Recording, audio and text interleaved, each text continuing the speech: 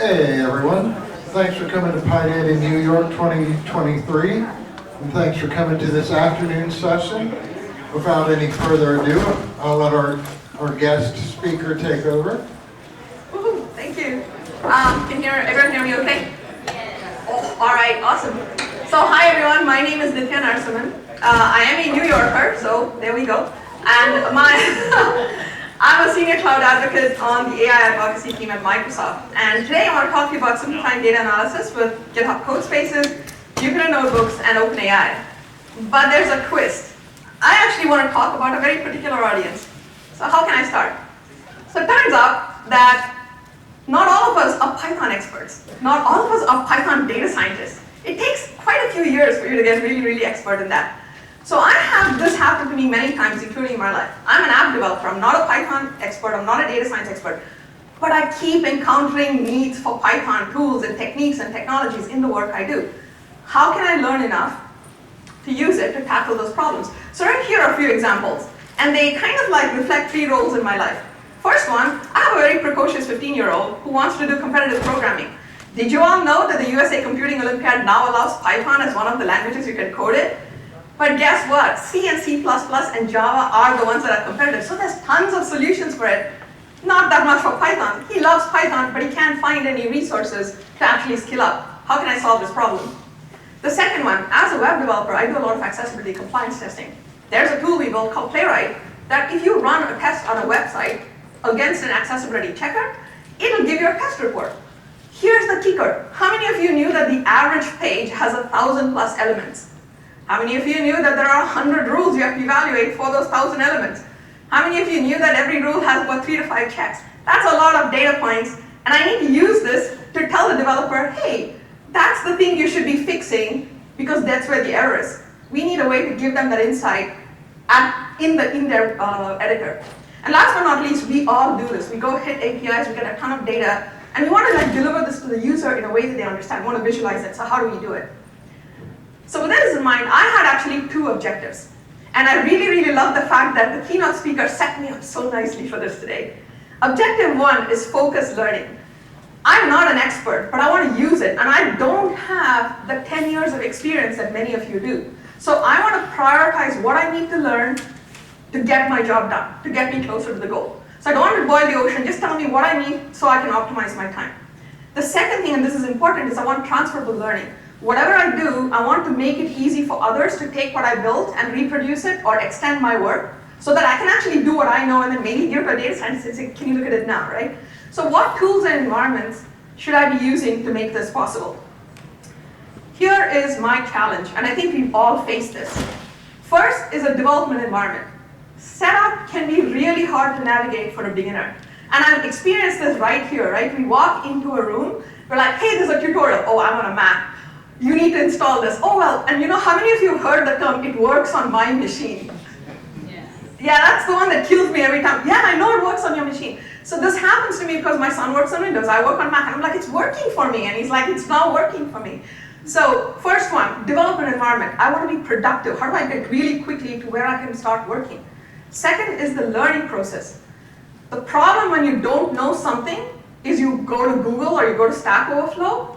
3 hours later, you realize you are finding out stuff you didn't want to know and you forgot where you started, right? So I want a way to learn that doesn't disrupt my focus on the task that I'm doing. So how do I get that done? And last but not least, and this is the most subtle but hardest problem, there are knowledge gaps that hamper my intuition because I don't have that level of experience. And it's kind of like that thing, I don't even know what I don't know. Right? It would be great if I knew what I didn't know so I can ask someone, but I don't even know what I don't know. So what if I miss something? So what I want to cover today is how I went about my adventure solving this problem. First, transferable learning. Everyone I've met says use Jupyter Notebooks. It's easy. You can document what you're doing, people can look at it, they can understand it. Great. For a consistent development environment, I want to talk about GitHub Codespaces. How many of you here have heard about Codespaces? Just a quick show of hands. Oh, nice. I have some friends in the room. Third is focused learning in context. I want to use GitHub Copilot, and I want to talk a little bit about why that's useful. And last but not least, I want to talk a little bit about something that came out of Microsoft research called LEADA. And that's how I kind of say, hey, there's another tool that can help me build that intuition that I lacked. So what do you need? If you want to follow along, given the time, I may not be able to do as much live, but all the code is in there. My slides are in there as well. So grab it. What you're going to need is you're going to need a GitHub account if you want to follow along. You need to use GitHub Codespaces. There is a free quota, so don't worry about it. A casual dataset is what I'm using, but you can feel free to bring your own. There's a free trial of GitHub Copilot, but it is a paid thing otherwise. So if you don't want to use it, the last two things, that's okay. But if you have those and you want to try them out, feel free. So I'll keep putting this up at the end again. But that's a repo that you can kind of get all the stuff. And if you have questions, just leave me an issue there and I'll answer it after the fact. So let's get started. First, my very first problem that I want to solve is, how do I get a reproducible environment that I can work with without spending a lot of time setup? And that is GitHub Codespaces with Jupyter Notebooks. So how many of you knew that GitHub actually has a Codespaces Jupyter template that you can just grab and instantiate? So if you go to this repo, I've actually started from that seed template. And all I need you to do is go fork that repo. And then if you drop down in your fork, if you drop down that code, you'll see a thing which says create codespace on main. We're going to be very bold and try to create a second codespace. I already have one running, but here's mine. So I'm just going to go ahead and say, hey, let me go and create another codespace. So what's happening here is that you'll see it's setting up for me an environment in the cloud. And that's it. I have it. So this thing, I have a whole bunch of examples in here, but let's take the default. This is the default that comes with that codespace template. So I want to be able to run this. It's detecting kernels. It says, hey, select the kernel that you want. And I'm like, there's a Python environment. Oh, did it already pick it? So it picked that. Oh, went away. There. Do you see it selected Python 310? Now I go ahead and say, great, let me close all these so you can see this. Right? Now I can just say run all. And if the gods are good and our Wi-Fi is good, my Jupyter notebook is running. Hey, I got my environment, I got a notebook running. I don't know any of this stuff, but it just worked. This means that when I go to a workshop next time, I don't need to tell you all, please go install this, run this. I'm like, just go to this thing, fork it, we're done, right? So this is the first thing I wanted to talk about, which is GitHub Codespaces gets you started really quickly. So the next exercise is, you see this Visual Studio Code ID right there. We did that right now. And we ran the default notebook, right? It comes with a Python kernel that you can use. No harm done. We ran the example. We saw this. And we were set up. What happened? What was happening under the covers? This is GitHub Codespaces. So how does GitHub Codespaces work? If you look at it, on the right, in the gray box, you see Azure. And inside Azure, you see a blue virtual machine. And inside the blue virtual machine, you see a container. I want you to focus on the green container. That's called a development container. What it is, it's just a Docker container. But why is it interesting? In the case of GitHub Codespaces, when you start it up, GitHub is basically taking a container based on some configuration file, which we'll look at in just a second, running it in a VM in the Azure cloud. You now literally have a machine that's set up exactly the way you want it, and it does one thing more. It sets it up so that your editor can connect to it in the cloud out of the box. So now, the minute I clicked it, I have VS Code running in my browser, connecting to a container in the cloud, and I didn't have to do anything. But wait, it gets better. Maybe I'm not a VS Code fan. Turns out if you go into your editor preferences, you can pick Visual Studio Code, you can pick JetBrains, you can pick Jupyter Lab. But I'm going to tell you to stick with VS Code Extend because there are some cool things you can do with it. We'll look at that in a second. But I want to just briefly talk about two things here. We're looking at this container in GitHub Codespaces, and you're probably wondering, there's no free lunches, right? Yeah, you're right, there are. So Codespaces, just like everything else, if you exceed the free quota, will have a cost. But the free quota is fairly generous. What you'll be paying for is using storage and using CPU time. So as long as you stop your code space when you're done, you can save your quota, and it's fairly generous. But let's say you do want to do something locally. We're going to talk about that by first understanding how the development container works. So under the cover, it's just a Docker container, as I'm showing here, that can be connected to. And if you see that, the key, the word that you're looking for is configuration as code. What it is it's got a single dev container.json file. Let's see if we can look at it. So over here, you'll see that there's a dev container.json. Can you all see this okay? Yeah? So you'll see that it says there is a standard image. Now this is a bit of a heavyweight image, but this is the one that comes with the default. Later on you can customize to pick the one that's configured for you. But the nice thing about this one, this is the universal container image that has Python, it has Node, it has Conda, it has everything, and the kitchen sink. So you can pretty much do anything you want. And you can see that underneath, it's kind of setting it up with saying, hey, once you install this image, please run all the dependencies that are given in requirements.txt, and then do whatever else I need before I tell the user that it's ready to go. So you can actually extend it. So this dev container.json is configuration as code. Why does it matter?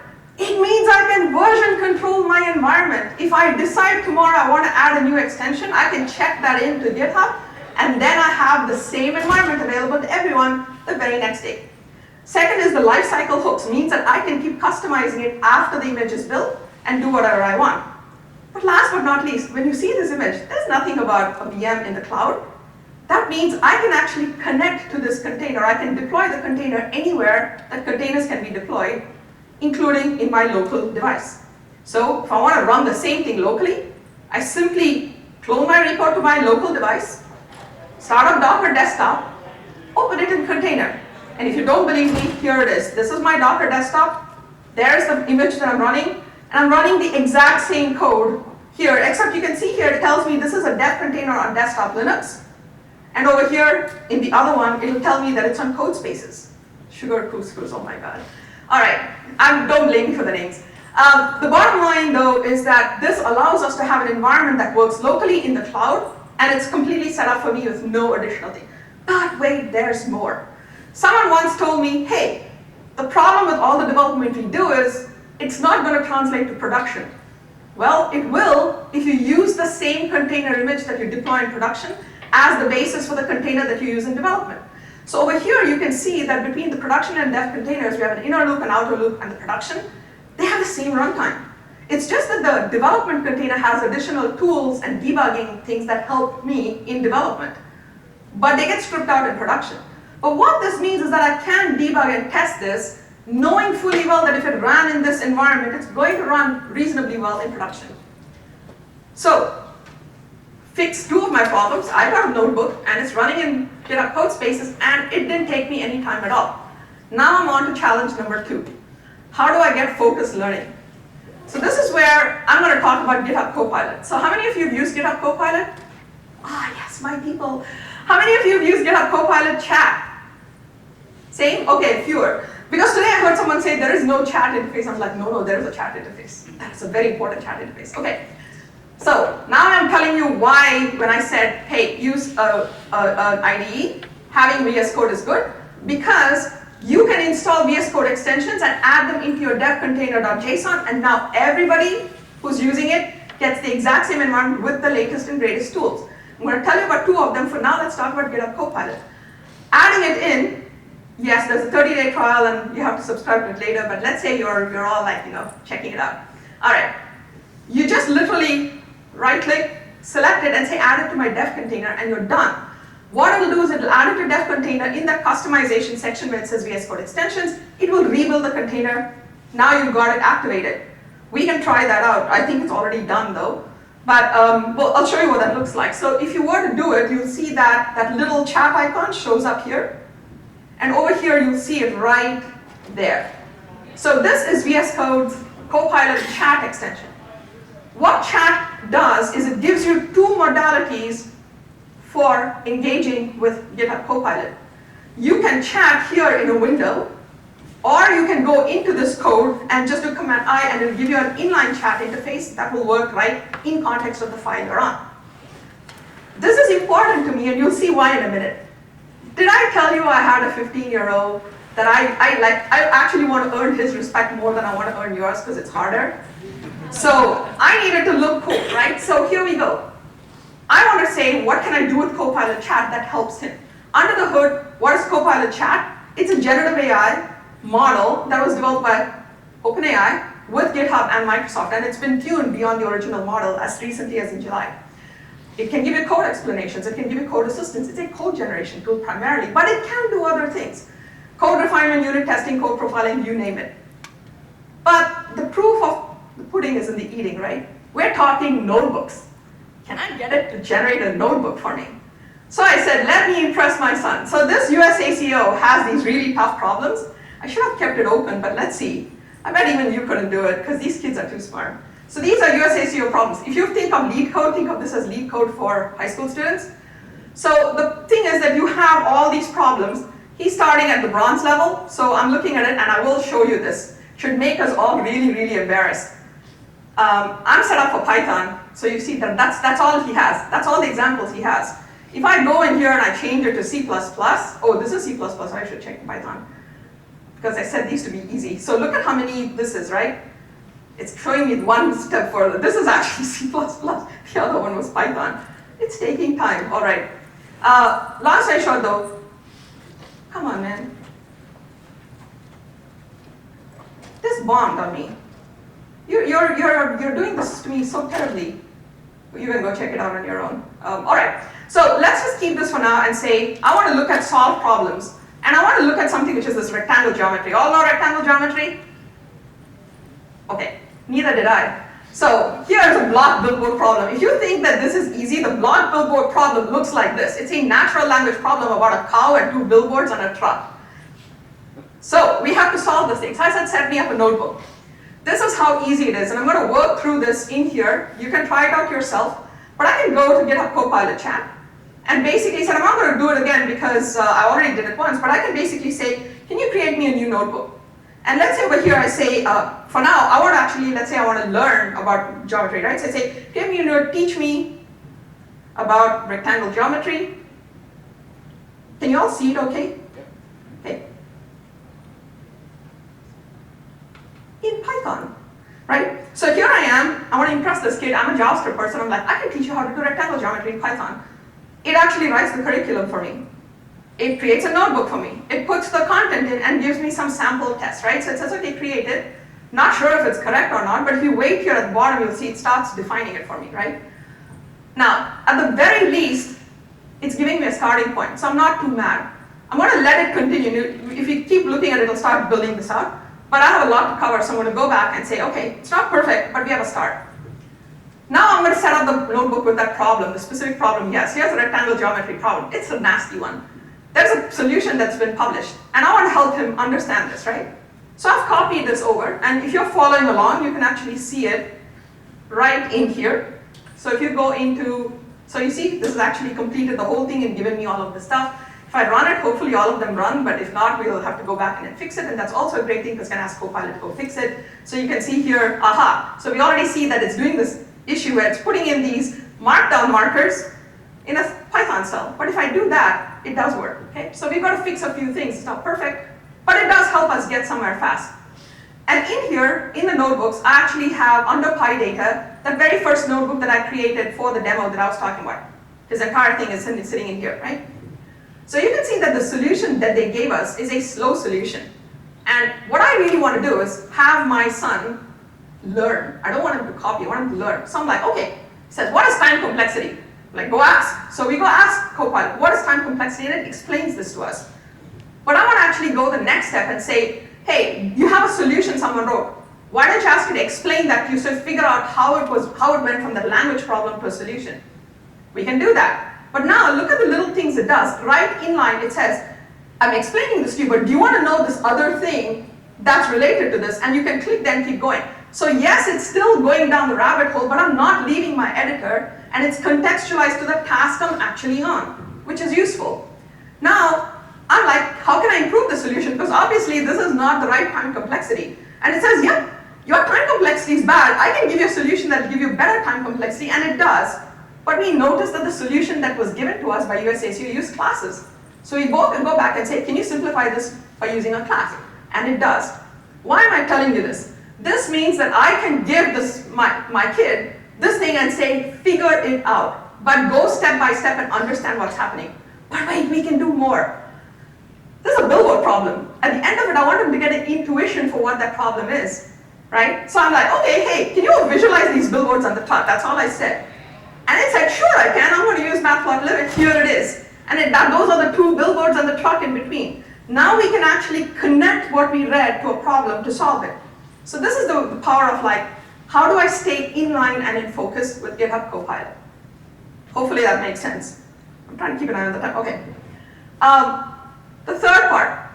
Now I want to come to my problem. Enough of that. Data visualization, the traditional way. Remember, I'm a JavaScript developer with a lot of data. I don't know what the libraries are. I don't know what I'm looking for. I ask the questions I know about, but it would be great if I could get some help. So here's what we're going to do. Grab a data set. I'm sorry, you all can do the European Premier League, but I'm going to go with the Indian Premier League, which is cricket. So this left side is a casual data set for cricket. The right side, for those of you who don't know cricket, is a cat parts one. We're going to go through the cricket data set because that's what we're going to do. But my point is you can bring your own data set. That's okay.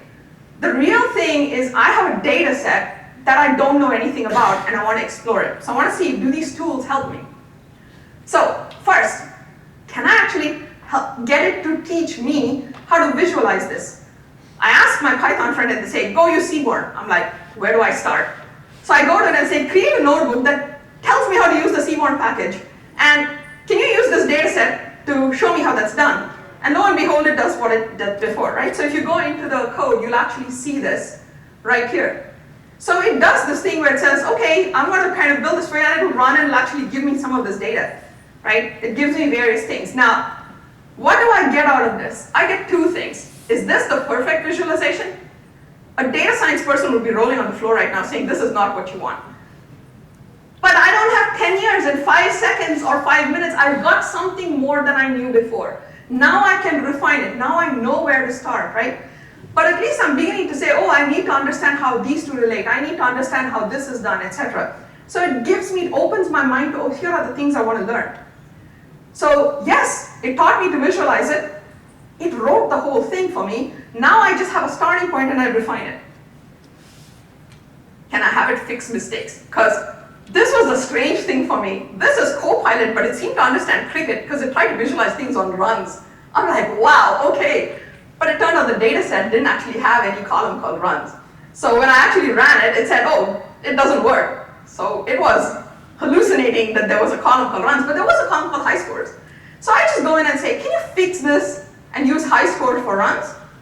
And it does, and now I have the distribution for high scores, right? So my point is that it gives me a starting point. I can refine it. I can ask it when I'm stuck, and I get further and further towards my goal. It's not perfect, but for me, this is better than bad. But wait, I can do more. I mean, I have to say this. All right, I can now ask it to visualize things that I want, right? And I can say, can you visualize the distribution of the high score based on venue? Because I'm from Chennai, I'm like, they really are the best, but they're not. Okay, enough said. The people who laugh, we know who they are, okay. So the point of it though is that I can now ask it and I get two things. One is, yes, I get a visualization, but more importantly, I start learning, oh, here's how I use Seaborn. For this kind of thing, I need to use a box plot. This is how I code it, and that's important to me because it's a learning process. So I'm there, right? You think I'm done? Who thinks I'm done? All right, how many of you think that if you were given, you're a data scientist and you were given the data set, you'd be happy with that graph and give it to your boss and ask for a raise? Anybody? Yeah, I thought not. So the bottom line is I'm still stuck on problem number 4. I don't know what I don't know. I don't know if this is what I should be visualizing. There must be something better. How do I learn? How do I get that intuition without that 10 years experience? And this is where OpenAI comes in. And I want to talk a little bit about Microsoft Lida. So what is Microsoft Lida? Microsoft Lida is an open source project from the Microsoft research team that I learned about recently. You can go to ak.ms/lida/github if you want to go look at the actual package and read the paper. Or you can go to ak.ms/lida.org. That's a kind of like an organization we set up to allow people to come in and try to build stuff on it. So we have a Codespaces template. Victor's actually made a Streamlit app. We just want the community to come in and play around, right? But first I have to convince you that you need to go play around. So what is Lida? Lida is a library for generating data visualizations and data faithful infographics. It's grammar agnostic, so it'll work with any programming language, but of course one Python. And it has a bunch of libraries that it's configured with by default, but it is open source. So I can go in and actually set it up to use something else that I want as well. It also works with multiple large language providers, although I have configured it now to use OpenAI. The original repo has all the instructions to try various things. What does it do? First one is a summarizer. It's basically setting me up with, I'm going to take your data file and I'm going to give you a representation that tells me what it has. That becomes the foundation on which it does everything else. The goal explorer is literally going to tell me what things I could find out in the data. The generator is then going to help me visualize it. And the infographer, which I was not able to run because it needs a GPU, so if any of you have GPUs handy, please try it out, would actually help you build infographics. But it helps to go look at what that does, right? So first thing, and this is where I want to go back to one other benefit of Codespaces. First thing is to run this, you need an OpenAI API key. How many of you love setting this at command line with an environment variable? Because you just memorized your OpenAI key and you just carry it around with you. How many? Yeah, right. I want you to memorize numbers for me, please. So the bottom line is we have a big problem with these keys, right? Because we have these notebooks where people say just fill it in there, and now you check that in and your keys leaked. Can't do that. So we need to have the keys available to these environments without them being exposed. You can do it with the regular thing where when I'm running it in my local container, I have this environment copy, I make a copy, put the variable in, and then I use .env to load it up. Great. GitHub Codespaces will give you one additional benefit. Go into settings, go into Codespaces, new secret, set it up. You will never see it again. You'll never be able to see that key again. It will always be there. But now you can go and attach it to as many repositories as you want. You just literally say, oh, it's a secret. Every time someone opens a Codespace, please associate. Sorry, every time I open a Codespace, because I don't want other people using my key. So the nice thing about this is now I can do demos, and even if I showed you my Codespaces, and I can because I'm so great, I'm so confident, and this will be the death of me because for all you know, this is the day they decide, well, we're going to show it all to you. If you go into settings.get Codespaces, you'll see right here, I have an OpenAI API key, right? I'm bravely going to open it because you'll see I'm attaching it to all these repos, but you'll never see the value again, right? So it's good. Now I have this set up so I can use it. So let's go see what that does for me. At this point, I can data summarize. So here, this is on the left side, I can look at the CSV file as a table in GitHub because GitHub will do it for me. On the right side, all I did is, Lida, here is my CSV file. Tell me more, right? All I've got is, I'm using an OpenAI model, configure it, generate it for me, summarize it. Here's the summarization object, which tells me here's what I've decided is the representation of your data. Oh, sorry. Now, I can ask it to generate goals for me. Over here, I say generate 10 goals with a default persona. I have no idea who the default persona is. I say generate 10 goals. Tell me 10 things I can get out of this data. And that's great for me because even if I don't do them all, I'm able to at least get an intuition for, oh, I can do all these things. And it gives me the question, it gives me a visualization and rationale. So it says, okay, you can ask this question, here is how it would get visualized, and this is why this visualization is useful for that, right? Which is great.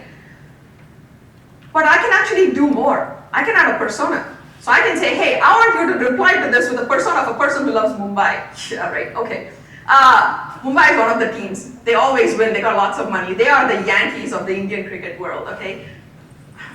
I'm in the wrong crowd, this is New York. Okay, so the goal generation with personas, when I put this persona and say, hey, the persona is a fan of the Mumbai team, you'll see that now the goals have changed over to start focusing on questions related to the data that's related to that team, which is amazing for me. And now I can say, okay, based on that, help me visualize stuff. So on the first side, I'm just saying, visualize a goal for me. You pick whatever you want to visualize, visualize it. Pick whatever you think is best, it does that. On the right side, I'm like, you know what, I actually want to change the parameters. And this is where I want you to think about why I want to use this versus Copilot. Because Copilot could also do this for me, you saw it. I could say, do some visualization. But I don't know how that works under the covers. I'm giving a prompt, I have no idea what the model is, I can't tune it. Here I'm using an API that goes to that model and I have parameters I can tune. So I can say, please change this and use this temperature. Go ahead and use this model. Please can you use this library? And that means I'm able to control the visualization a little better. Is this making sense so far? Yes? Okay.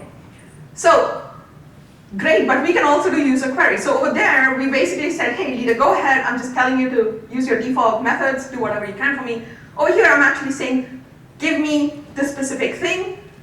and it can do that. But like I said, the better thing about this is I can actually give it parameters. I can go the extra mile and say, please use this color, please use this library, increase this height so it looks pretty. God knows what else I want. So the fact is I can. And the best thing about it is if you look under the covers, it is open source. You can go in and also tune the APIs to have other things that you want added in. Last, a couple more quick examples. Data visualization explanation. Over here, you can ask it to explain why that visualization is, and it takes 3 different things. Accessibility, which is the physical appearance, like why did I pick this color? Is it accessible? Contrast ratios, etc. Transformation, was there a transformation involved? Why did I pick the visualization? But I really wanted to focus on the right side where I put the location of the file that defines the system prompt that generated this. In other words, you could go in and change that to have other things that you want added in. Here's how you would now visualize this and recommend it for a goal. And that's pretty much it. That was my round trip tour of all the stuff that we could have done. We basically started with 4 goals and want to see if we met them. But where do we go from here? I'm going to tell you one last thing.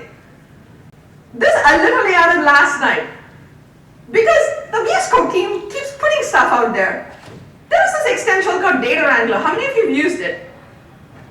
Okay, you don't count. So this, they told me about it and I was like, damn. So Data Wrangler is a VS Code extension that if you install it, what it does is when you have a data frame with a head, when you call head on that, it'll actually give you a button that says launch Data Wrangler, and it launches this view where you can go in and fix things, and it writes the pandas code for you. You're doing it through a visual interface, but it writes it for you. So on the right side, you can see that for the data, I didn't have to do anything. I get insights, the data grid, code preview, summary panel, operation history. If you want to try it out on the data that I have, I'll be checking in the extension today. I have it in my local version, so you'll see it, but you can try it out. Literally install the extension in dev container. You'll see now that for that same IPL set, I get this little launch Data Wrangler button. Click it, and I get this view. And it shows me the visualizations. It tells me how much data I have. It tells me what I'm missing. I can even look at it and go, I need to clean this up. I need better representation. I need to do something else. And again, this kind of reinforces my thing that I didn't know Python, but I can get productive really fast because I have better tooling. Okay, and I think I'm kind of at the end. I'm just going to leave you with a couple of links for those of you who are interested.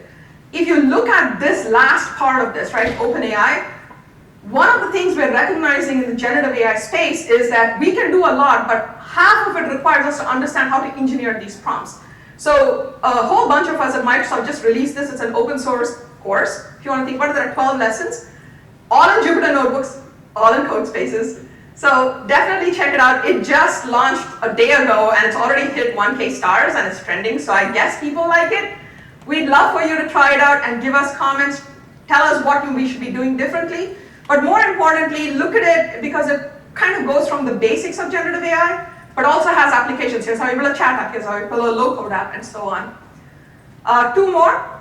On the left side, if you're interested in this topic, the repo that I sent you was just the kind of workshop for today.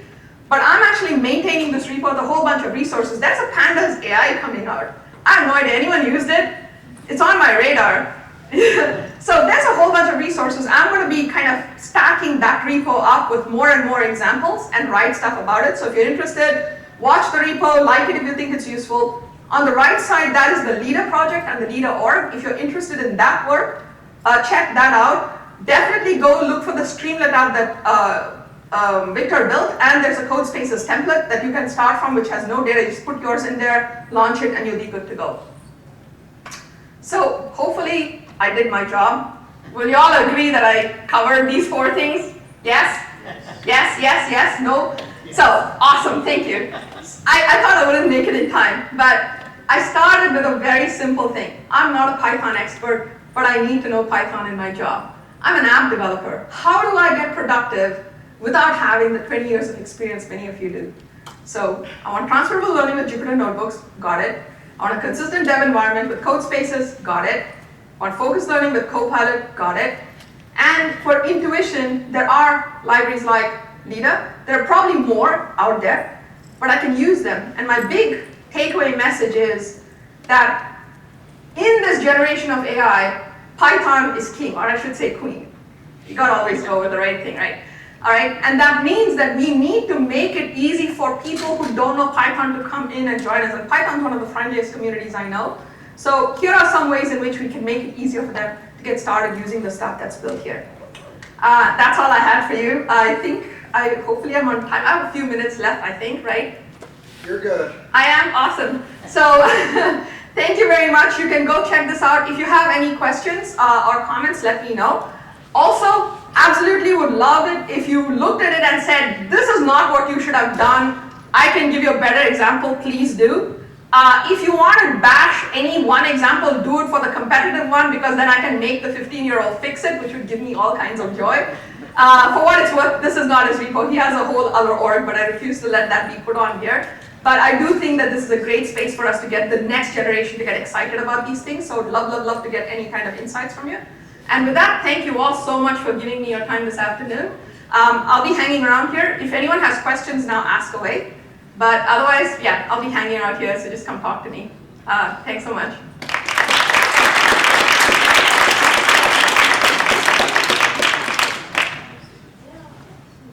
Oh, yeah, go for it.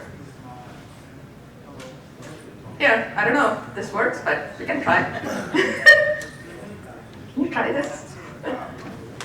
I was just wondering where the Docker image for that dev environment is and what the licensing is for that. Oh, you are so my pal. Oh my God, thank you. What's the licensing? I'm like, you know, I forgot to say some things, but people come along and, so two things. There's something called, there's a Docker registry where you can get it from, but I will also talk about two things. There are two, okay, here.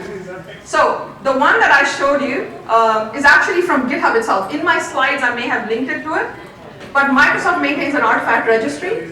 Most of those things are officially put out there for the community to use, but I think you can see the licensing terms. The GitHub ones, I believe, are part of GitHub's like just open source, like they build the images. That said, nothing stops you creating your own custom Docker image, publishing it to that registry, and using that if that's your concern. Microsoft open sourced this. This image, the universal image, yes, it's, you have to look at it. I don't. It is. Okay. It's in the registry and anyone can use it. It's called universal, but you did bring up one thing. Remember, you asked for this, so you're going to watch this.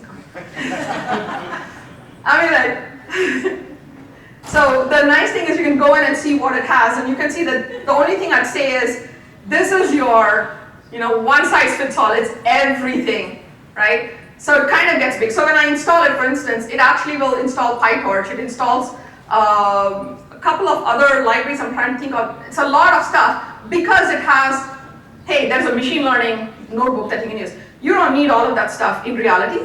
That said, for people like me, I like to start with this at least in demos because I can literally build a notebook and then I can write an app in Node or like use React and then run in the same thing and I'm done. But yeah, you can go check this in here and I'm wondering if they have, okay, here it says MIT license over there. Okay.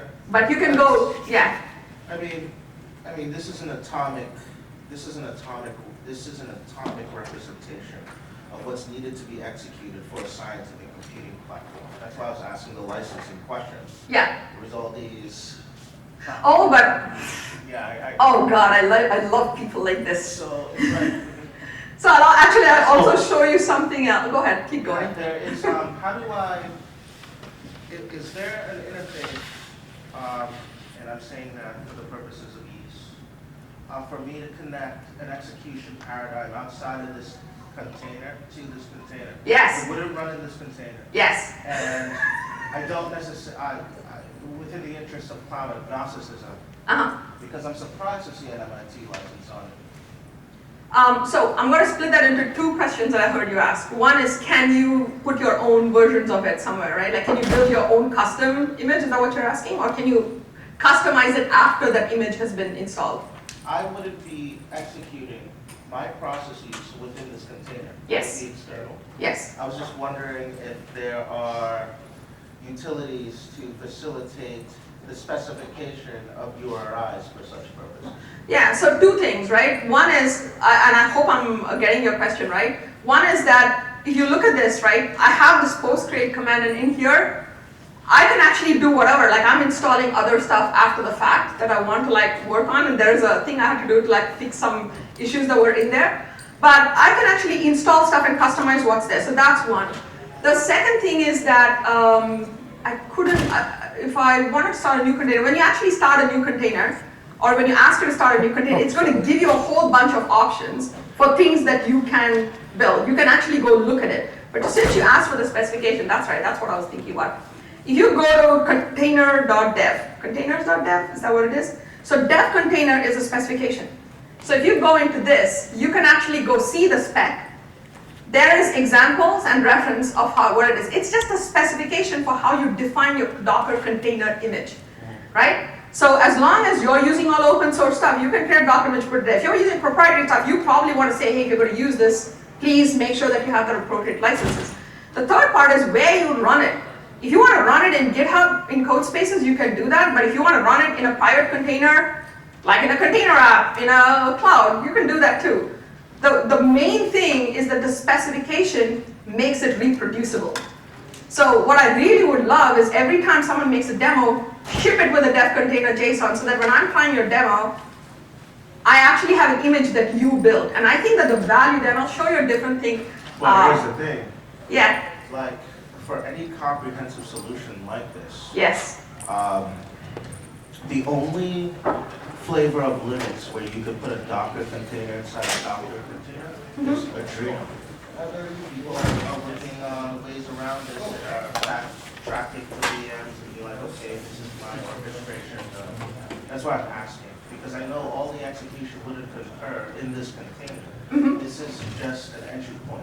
Yeah, but you can customize the Docker images that you decide. We can show you some examples if you want to come look at it, where we start with that image that you saw, but then we actually have Docker files that are kind of like doing other things on top. The features, okay, I'm probably this. Yeah, you can come find me. I'll also show you this example from the Playwright team where they ship an image every time, every month, that updates it with the latest thing. So that's the kind of thing I see where if you're really building a product, you ship it. Connectivity would be what?